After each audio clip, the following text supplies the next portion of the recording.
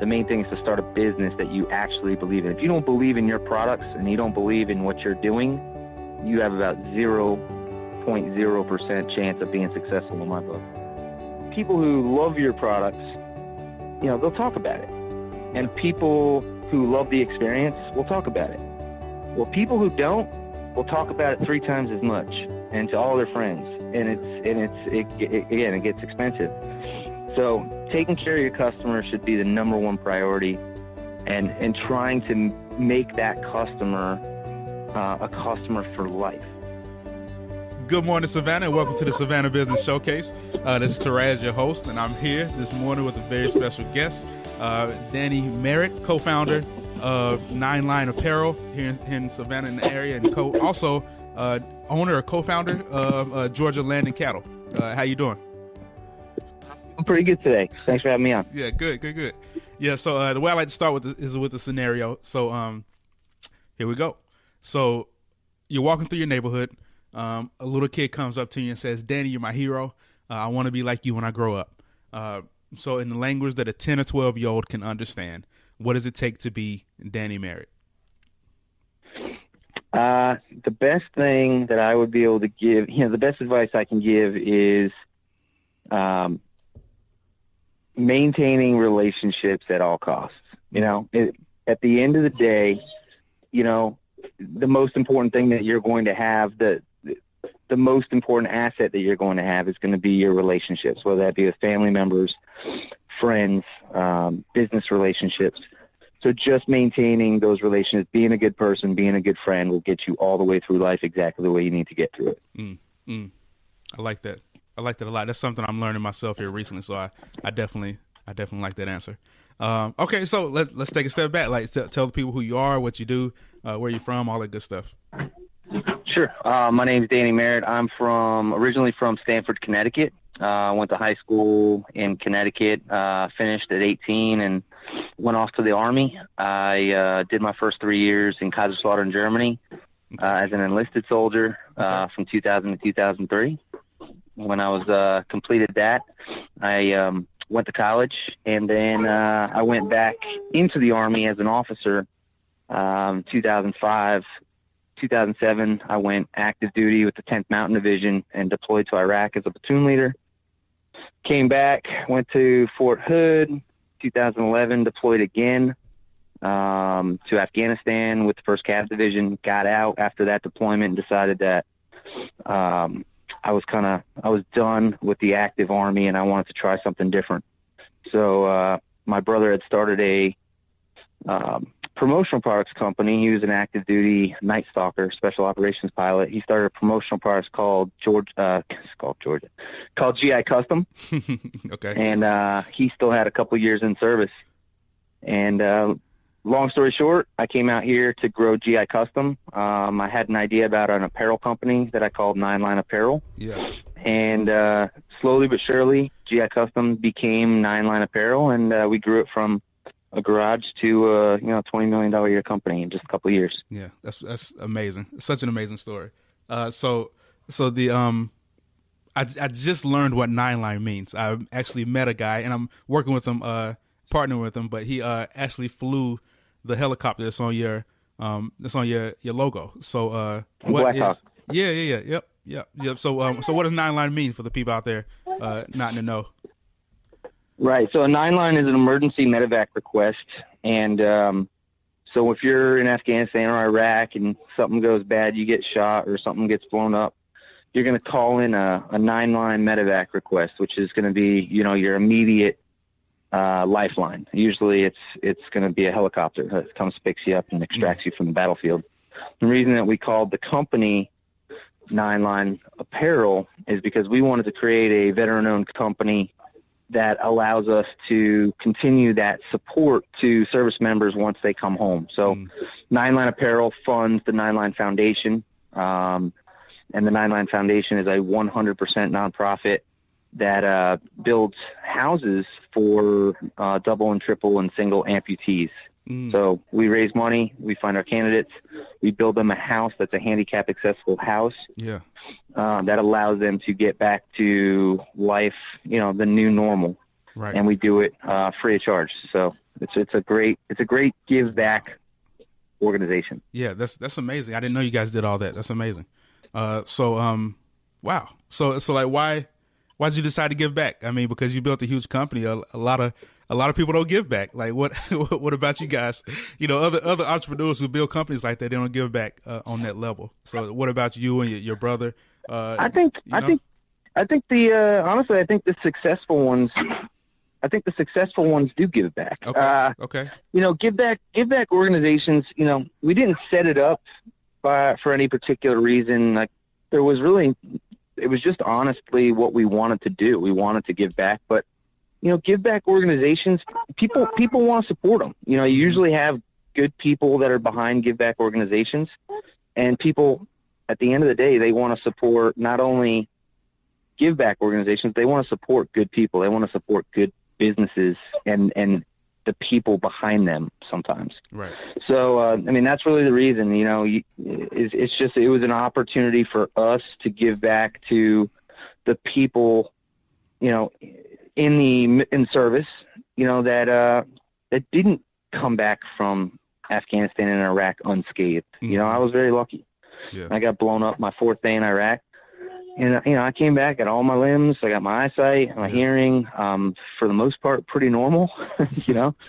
So we wanted to give back to those guys who really sacrificed and really gave it all up. Yeah, yeah. So you said you became a leader in the Army. So like, what is? I wasn't military myself. I've been surrounded by military all my life though, but I wasn't military. So like, what is it about the Army that teaches you leadership? Like, what did you learn about leadership from the Army? You know, a lot of it's just in the simple stuff. You know, when you're a cadet and firstly, I was enlisted first, so I understood what it was like to be the lowest ranking member on the totem pole, you know, so Right. I didn't like having my time wasted, and I liked being treated fairly, and most leaders do that. But, you know, when you're going through officer candidate school, or you're going to ROTC, or you're at West Point, and you're learning, you know, the key components of being a true leader, you learn basic stuff like you eat last. Mm-hmm. You know, you're the last one to go to sleep. You know, if something starts at, you know, 7 o'clock in the morning, you get there at 6:30. Yeah. Make sure you're in the right spot. You know, it's a lot of the basic, simple things that really bring you as far as you need to go in life. You know, common sense, being a good person, showing up on time.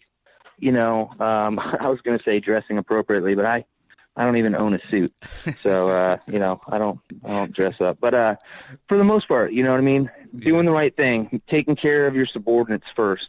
You know, you take care of your employees, they take care of the business. That's true. So mostly, you know, my recipe to success is really making sure that, you know, common sense and common decency are the first things you apply to any business. Mm-hmm. And everything else will fall into place if you have a decent product. Yeah, yeah.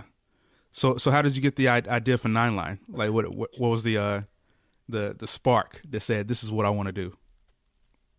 We started printing T-shirts for one of my brother's classmates, Eddie Klein, while we still had the promotional products company. And we started printing T-shirts to send to his family, and they were selling them to offset some of the living expenses and things that the Army doesn't pay for. And then, you know, kind of had an idea. Is like, you know, I wanted to start a patriotic apparel company, Mm-hmm. and I wanted to design stuff and create things that I wanted to wear. Like, I didn't necessarily care about everybody else, but I wanted things that I thought would be cool. Right.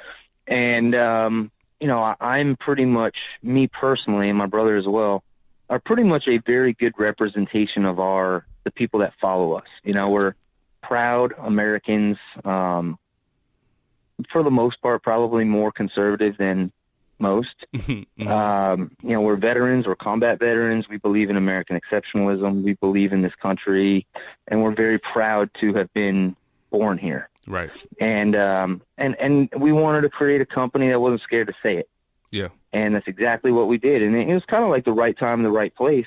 But it exploded, man. I mean, there's a lot of people out there that believe in this country, and they are proud as hell, and they want to wear things to let everybody else know how proud they are of who we are, what we represent, and where we've come from.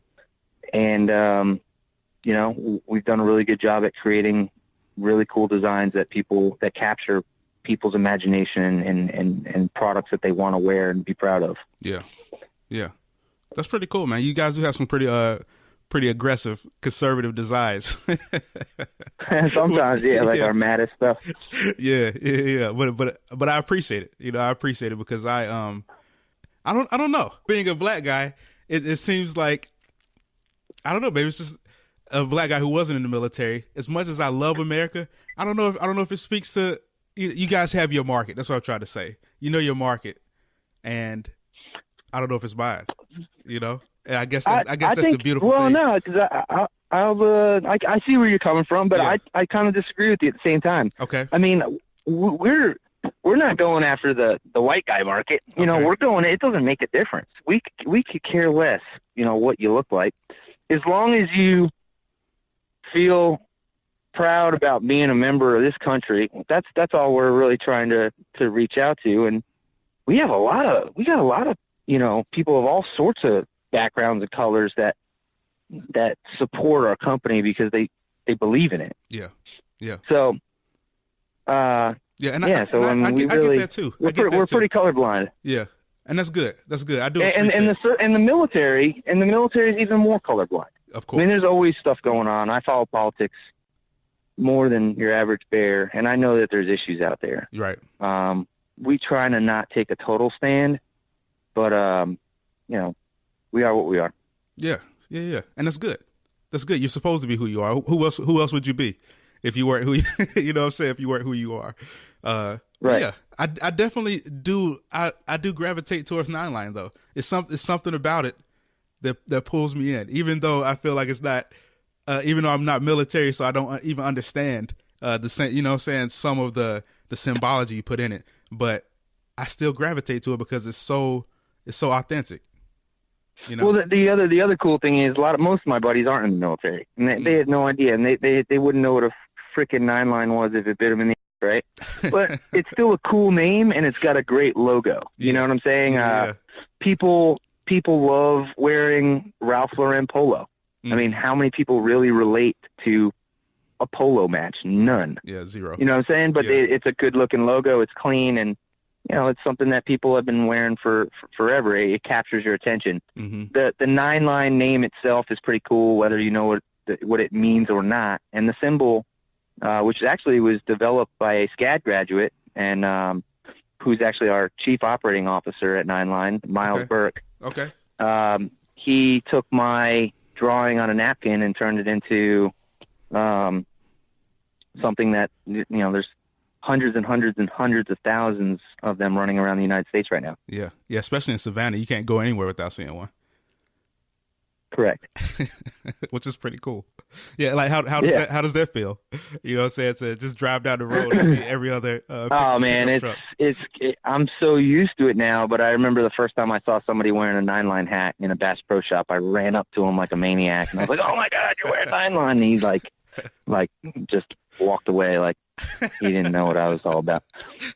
But now I see it all the time. Like, you know, I got people that, you know, all over the world that have seen our decals on vehicles in Germany and Alaska and all these other places. So it's pretty cool. It's a guerrilla marketing campaign that we did from the very beginning. I mean, I used to I used to plaster those things on drive-through windows. Oh, did you? You know, just to yeah. I go to McDonald's, they weren't looking, slap, and I put a Nine Line decal on the window. Yeah, I needed all the help I could getting started. Yeah. That's I love that. What okay, so advice. So I have a close friend who is starting a something similar except for kayaking. I forget the name of it right offhand, but it's, but for kayaking, and he wants to, you know, create an online shop for that community. So like, what advice would you give starting out? I mean, find something that you're either good at or something that you enjoy, and it's going to be a whole lot easier getting a business started. I mean, everybody's good at something. No matter who they are. It doesn't make a difference. You could work at, McDonald's drive-thru. There's something that you're good at, and there's something that you can offer everybody else, and you can turn it into a business. I mean, if you're really good at, kayaking, you can start a kayaking club, or you can, design something that would complement the kayak or kayaking. There's so many options. Right. The main thing is not just to start a business. Right. The main thing is to start a business that you actually believe in. If you don't believe in your products and you don't believe in what you're doing, you have about 0.0% chance of being successful in my book. So if whatever product you're slinging, if you're not 100% about it, if you don't use it yourself, I started Georgia Land and Cattle, and all the products that we carry, a lot of them I've designed, the labels, but I've also created the recipes. I mean, our hot sauce is the best hot sauce in the freaking world, and it's the best. And I've sold about 20,000 of them in the last 6 months. Oh wow! Okay. Because I created something that was absolutely enjoyable, and it's proven itself, and it'll sell forever. I did it right the first time. I didn't get it back the first time and decide, that's pretty good. I think I'm going to throw a label on it. I was like, no. It took me 6 months going back and forth until I got that exact right recipe. Okay. I'm looking forward to trying it. Okay. Yeah. So cool. So I guess my and this will go along with Georgia Land and Cattle as well. So my buddy, he does own a kayaking company where he gives tours, but how he's trying to take it to like the online space where he sells products, like kayaking products. So do you have any advice for like online marketing or online, getting started in the online arena? I mean, it's not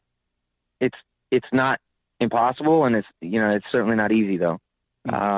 I use Shopify as my online platform. Okay. And, my brother Tyler is very, very, very tech savvy, and he knows the ins and outs of the websites and all that stuff. And when I started the new company, I'm doing this one all by myself. So I used Shopify, and it's just a very simple, easy to use online platform that you can, upload your own products and pictures. And if I can figure it out, Danny Merritt, then anybody can. So that's probably a good start, is to find a platform that's user friendly. Gotcha. Okay. That makes sense. That makes a lot of sense. Cool. So why'd you decide to start Georgia Land and Cattle? Well, I created a hot sauce, for myself, and it was really good. I was like, hey, this is really dang good. And I was going to branch out, and I was like, you know what? I think I could. Everybody that tried it really liked it. So I was like, I'm gonna mass produce this. And one product led to the next, and now it's literally a full-time job again for my wife and myself. And we've been operating the company out of my house, and it's been spectacular. It's a Southern lifestyle company. It's a Southern brand. We use only, we use Georgia products. Everything's made, printed here in Georgia. So people want to get behind, people want to buy local. We're a member of Georgia Grown. So we have everything from hot sauces to barbecue sauces to home decor items. Everything's made here in Georgia. What's Georgia Grown? Georgia Grown is just an organization that if your products are made here in Georgia, you can join that organization. And it's kind of just it's an organization that we get a lot of support from other Georgia companies, and there's a lot of events that you can take part of. And it's a great organization. If your products are made here in Georgia, I would definitely tell your listeners to take a peek and to join it. Okay. I haven't heard of that one yet, but that's pretty cool. I'll look it up. Awesome, man. So what? So you got the hot sauce, but you also have beef jerky and all kinds of other things on there too, right? What else are you selling? We do. We partnered with Hunter Cattle Company up in Brooklet. I partnered with Hortons out of Springfield.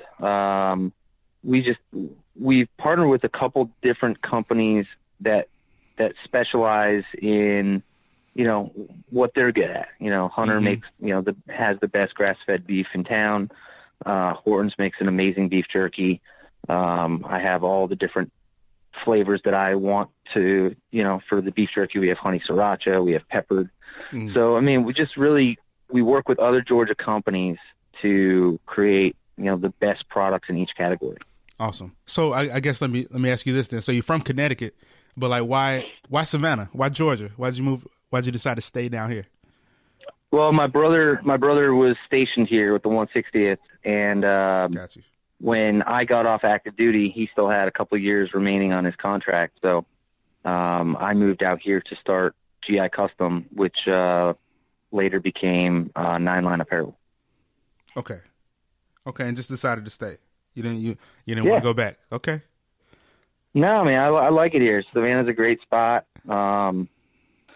This is definitely home. This is the longest I've lived in one place since I was 18 years old. So I've been here for 5 years now. Yeah. And Savannah seems like it's such a great city for. It is. It doesn't seem like it. Like it is such a great city for just business in general. Like all I've had is help and support from the community of other entrepreneurs and stuff. Yeah. It's a good patriotic place to live. Weather's decent. Yeah. Taxes are pretty low. Yeah. It's a good deal. That's cool. All right. So you have kids, right? Is that right? I do. Yeah. So what are you going to teach your children about entrepreneurship, or are they already helping you out in the business?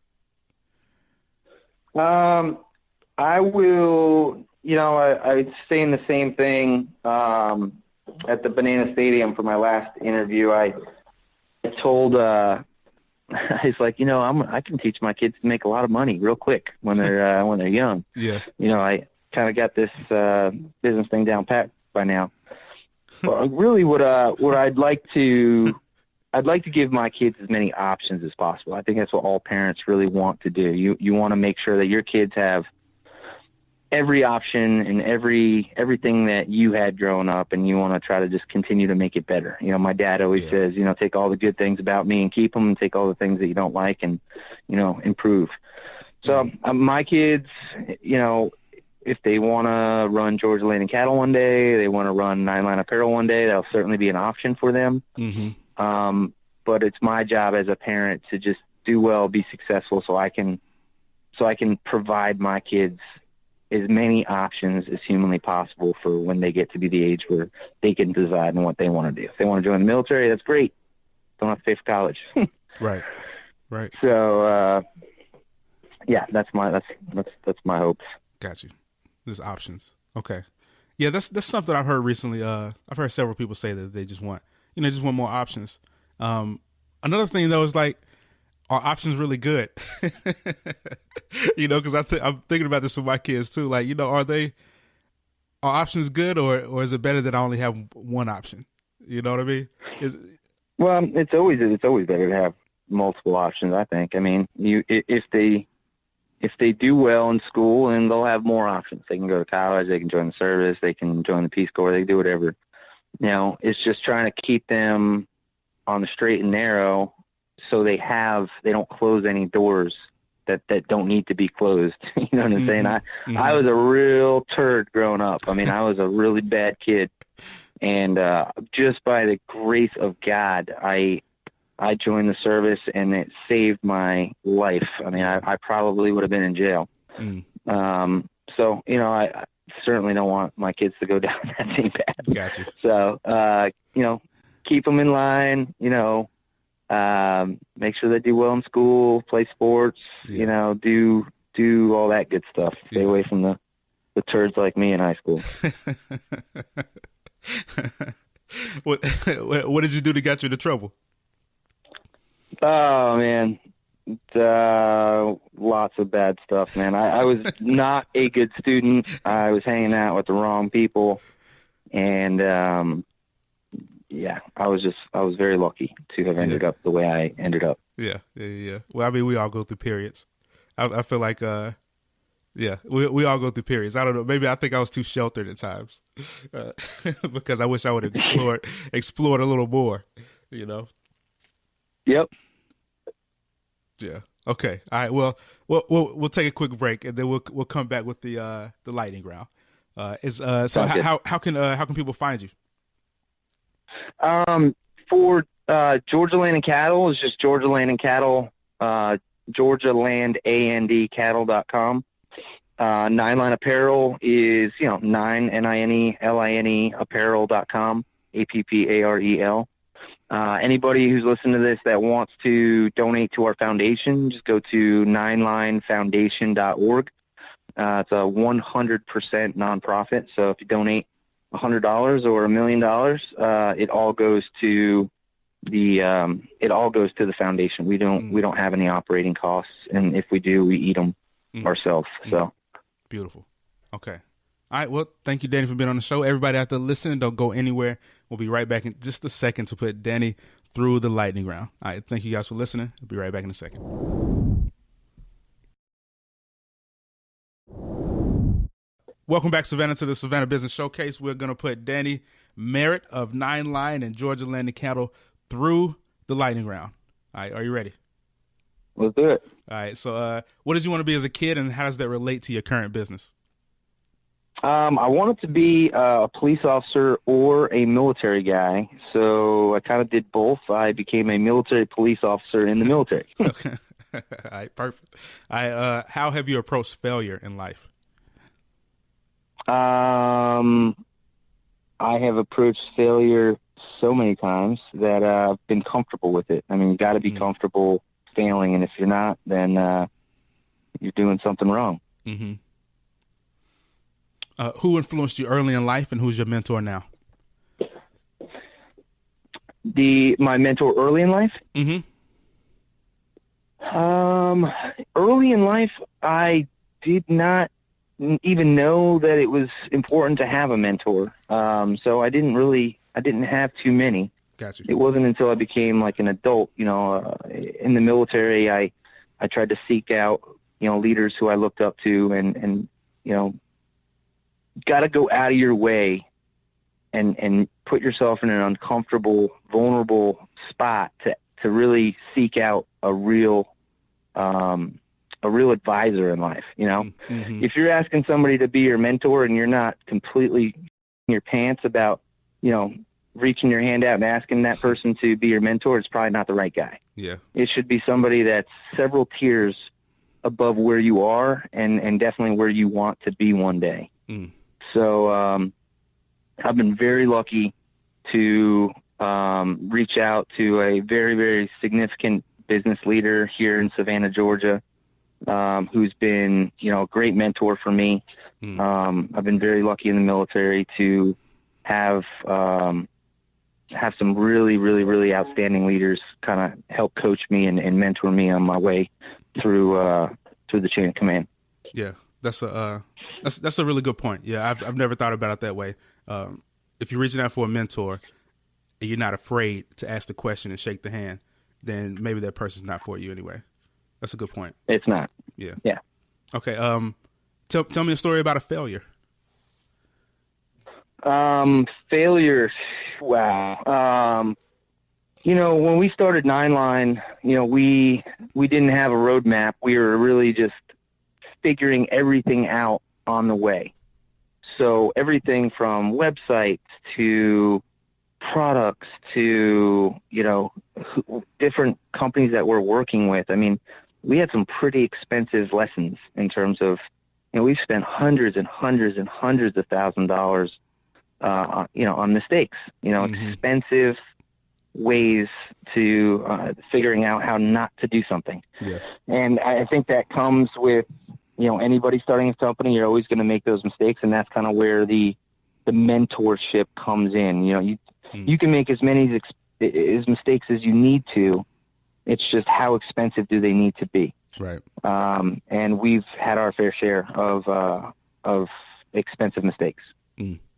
So what advice would you give to an entrepreneur that's going to be in that same situation soon?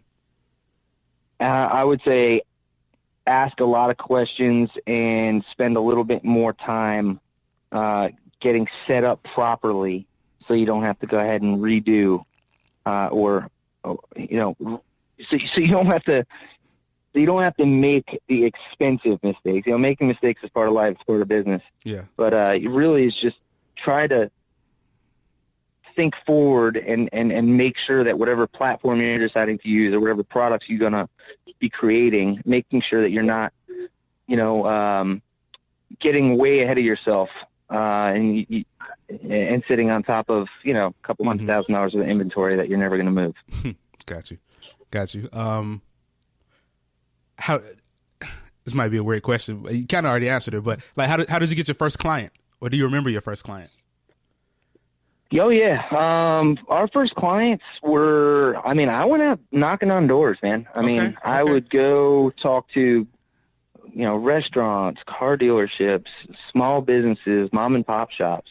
Huh. You really gotta be your best salesperson. That's the best way to do it. Got you. So, it wasn't just all Facebook ads and Google ads, huh? No. Because we've always had wholesale clients and custom promotional type clients. Online's easy. You don't talk to anybody. You just create ads and create good products, and that's pretty much it. Customer service is probably the biggest thing that most people fail at, and that's probably one of the most important things to get right from the very beginning is taking care of your customer. Acquiring a customer is expensive. So maintaining a customer is not, or it's not as expensive. And if you lose a customer, you got to remember you're losing, not only people who love your products, they'll talk about it. Yeah. And people who love the experience will talk about it. Well, people who don't will talk about it 3 times as much and to all their friends. And it gets expensive. So taking care of your customer should be the number one priority, and trying to make that customer a customer for life. What did you have to sacrifice in order to start your business? Honestly, the most dangerous thing with starting any business is, your relationships. Like I said in the very beginning, it's your most important thing that you have in life is your relationship. So, you really gotta, when you're starting a business, it's very time intensive, and you just really gotta mentally prepare yourself and your family and the people that are close with you, that you're gonna be busy, and you're gonna have to give up your weekends and your nights, and you're gonna be, gone. I remember when I first started Nine Line, I'd be, at the office at 5 o'clock in the morning, sewing hats, and I wouldn't be home sometimes until 1 o'clock in the morning, and that led to some issues. So, you really got to just mentally prepare yourself for the time it's going to take to really be successful. You really got to go all in. Also, you still have to maintain that balance, the work-life balance. If you're not happy at home, you're not going to be doing well at work. And if you're not happy at work, you're not going to be doing that well at home. So they really matter to each other. If your wife hates you, you're not going to do well at work. If all your employees hate you, you're not going to do very well at home. You got to maintain that balance. That's the most important thing. Very true. Very true. So what do you do to maintain your relationships now? Or like what have you learned that helps you to maintain your relationships? Well, what I've learned is there's a lot of things that can wait. Family's the most important thing in my life. They come first. Business always comes second. But there's also a third aspect. You got to have something that you enjoy that's outside of your family or outside of you got to have something that's just yours. Yeah. That you strive, that's all you want to do one day. So for me, it's hunting and fishing, and that's all I love to do. If I have free time, I'm out in the woods. Actually, I schwacked a deer last night, actually right behind Nine Line. Okay. And, I like to get out into the woods. I have a farm. So that's what I strive to do. So that's where that's what drives me. If I do well enough in business, one day I can be I can hunt and fish all day on my farm. Right. I have to work hard. I gotta, maintain my relationships. And if I do everything right and I work and I get that mixture correct, one day not far from now, I'll be able to be financially independent enough to do all the things that I want to do, take care of my family. Mm-hmm. Yeah, that's a good point. Very good point. You do need if that. you don't, well, guess what I'm saying is if you don't have something that you want, then what are you working for? Right. You know, what are you busting your balls for if there's not something that you enjoy? Right. You know, some people, you know, hey, you know, I really want to do well enough so I can travel around the world. Okay, cool. That's a good goal. Figure out how much money it's going to be and, you know, get there. You know, or if, hey, you know, I've always wanted to be a pilot. Well, guess what? You got to work your balls off so you can make that money and get the plane and get the flight license and maintain that type of lifestyle. Yeah. Yeah. You know, the most important thing is don't sell yourself short by saying, you know, I want to be the best company in Wilmington Island, or I want to be the best company in Savannah. Mm-hmm. You know, because you'll accomplish that. But if you say, hey, you know, I want to be the best company in Georgia in my category, or I want to be the best company in the whole frickin' world.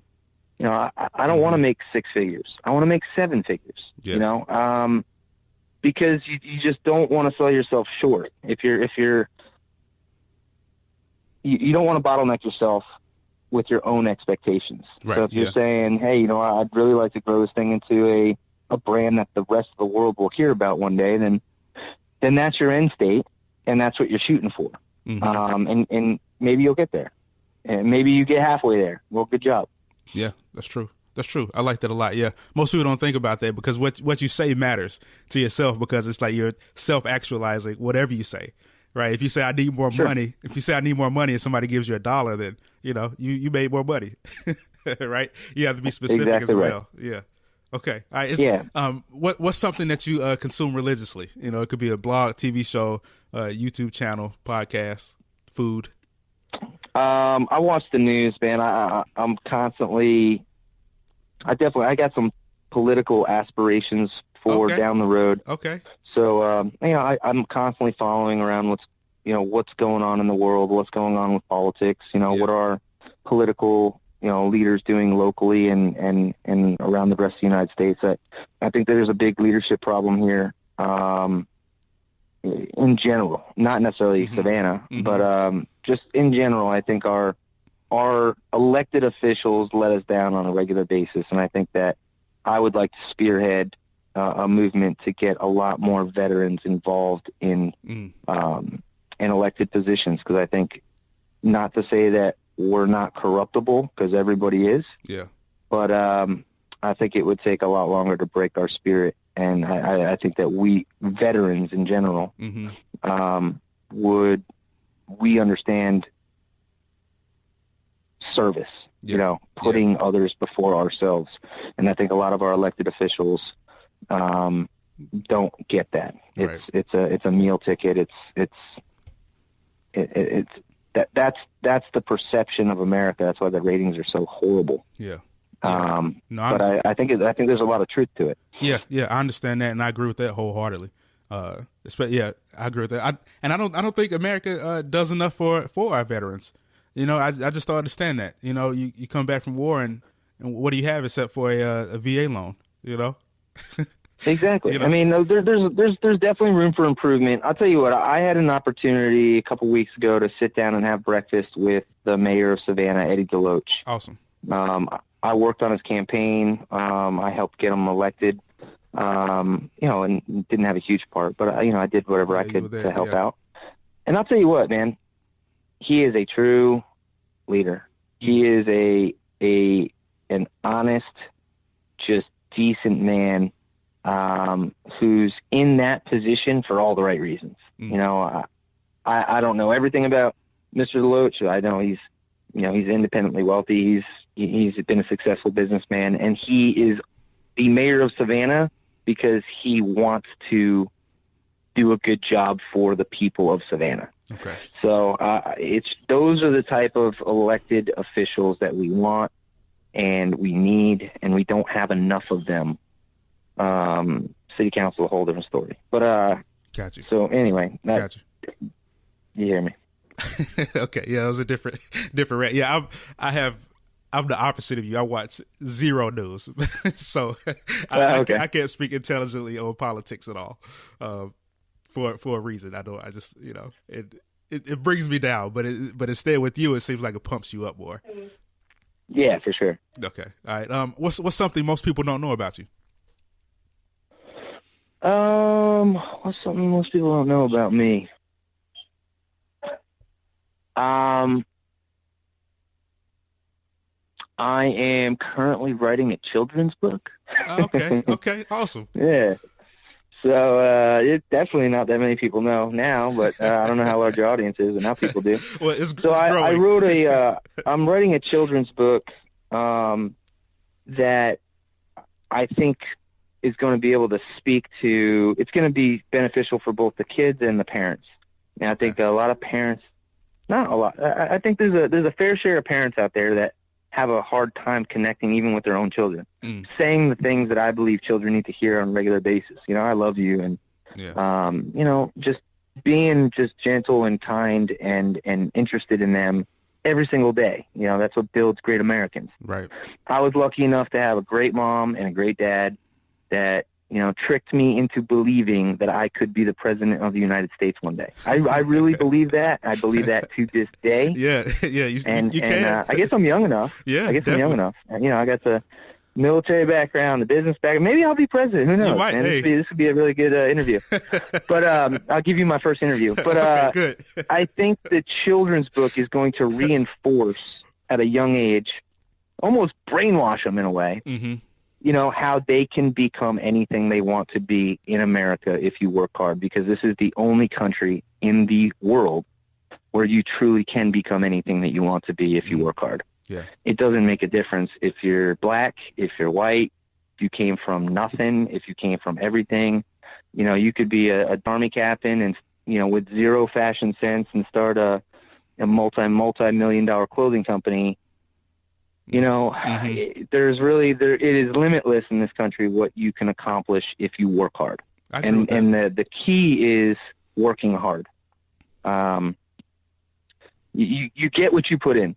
Yeah. So I think the children's book is just going to be really cool, and it's going to be depicting the different jobs in America that kids should be looking up to. They should be looking up to firefighters and police officers and doctors and mechanics and bus drivers and construction workers and all the people that make this country what it is, not just, baseball players and movie stars and things of that nature, because those guys are freaking clowns. Nobody cares. Right. Nobody should care, honestly. Right. But so that's going to be, I think it's going to be a hit. I've gotten almost, I'm not the best writer in town, but it's basic enough where I think I'm going to be able to convey the message. Gotcha. Okay. Yeah. And I think that's a great idea, man, because cell phones block us from our children.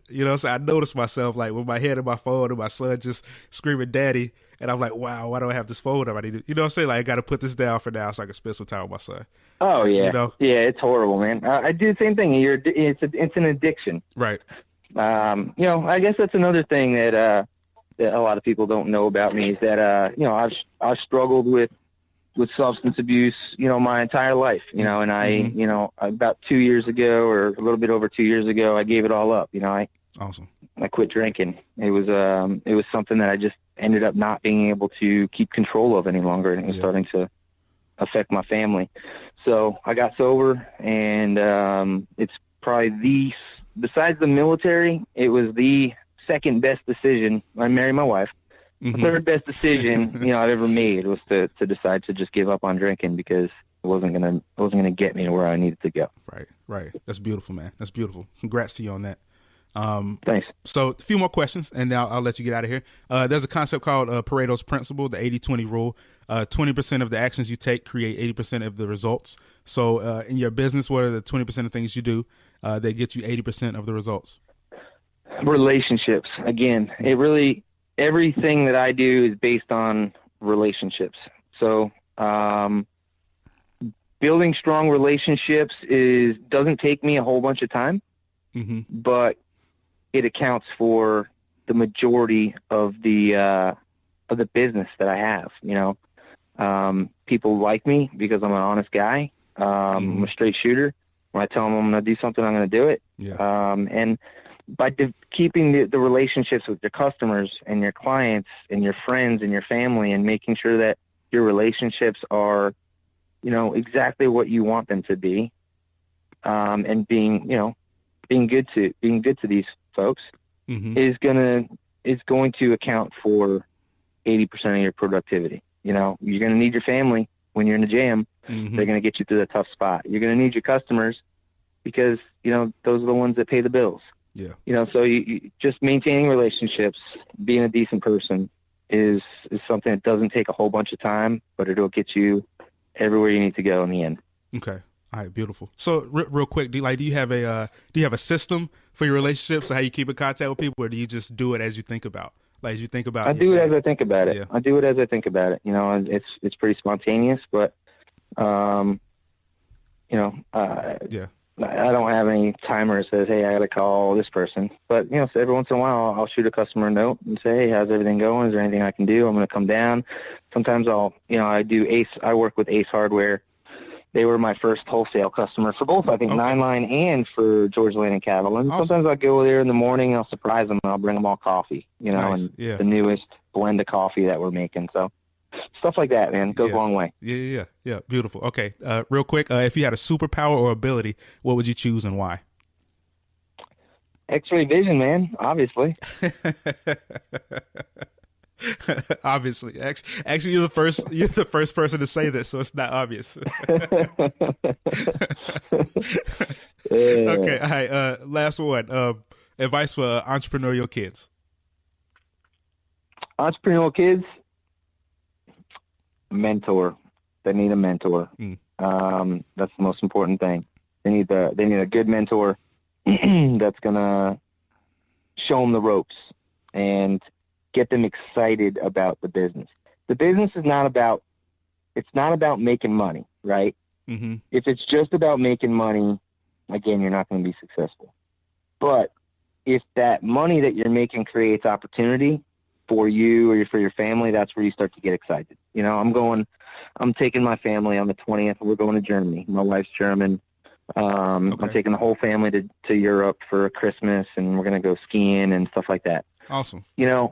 It costs money to do that, right? Yeah. And it's not cheap to take your whole family to Europe. Right. And I use the money as a tool to provide an awesome opportunity for my family. Having a big bank account, there's no fun there. Right. But being able to create opportunities for yourself and for your family members is really what it's all about. And if that's the driving force, you're going to be a lot more successful than just being the guy to say he's got X amount of money in his bank account. Yeah. I agree with that once again wholeheartedly. I had an epiphany recently, man, and I just I've rushed around try to build a business myself, and I'm just flying through life and not telling people thank you, and not telling people that I love them, the people who support me. And what's it all worth if you don't have, like somebody passes away while you're rushing trying to build something, but you didn't get a chance to spend time with them. Like what's the reason for doing it at all? Yes. And I have another, my last comment would be, you brought up a good point. So if I were to say to you, what is your most valuable asset? What would you say to me? My family. Yeah. Family. Okay. That's a good answer. So I have another mentor that's from Greenwich, Connecticut. He's a billionaire. Yeah. He's got more money than he would ever know what to do with. And what he gives to me is his most valuable asset. And that is his time. Because time is at the end of the day, and the older and older you get, it becomes more and more valuable. You know what I'm saying? Like when you're a kid, the summers last forever. When you're a parent, it's like you blink and the next thing you know, they're 4 feet tall. Yeah. So time's your most valuable asset. And, the best thing that you could ever give to somebody else is your time. Awesome. Okay. Thank you, Daddy, for being on the show. I'll let you get back to your family, man. I appreciate it. And Yeah. How can people find you? Any last words? Anything you want to leave people with? No, man, I appreciate the opportunity. Yeah. Okay. Awesome. So once again, how can people find you? GeorgiaLandandCattle.com. Cool. 9lineapparel.com. 9linefoundation.org. Beautiful. All right. Thank you, everybody out there, for listening. As always, be the change you want to see in the world. Just like we said a minute ago, we don't have that much time left. So take the little bit of time you have and make something happen. Take some action and make an impact in the world. So thank you guys for listening. Love you. And I'll talk to you later.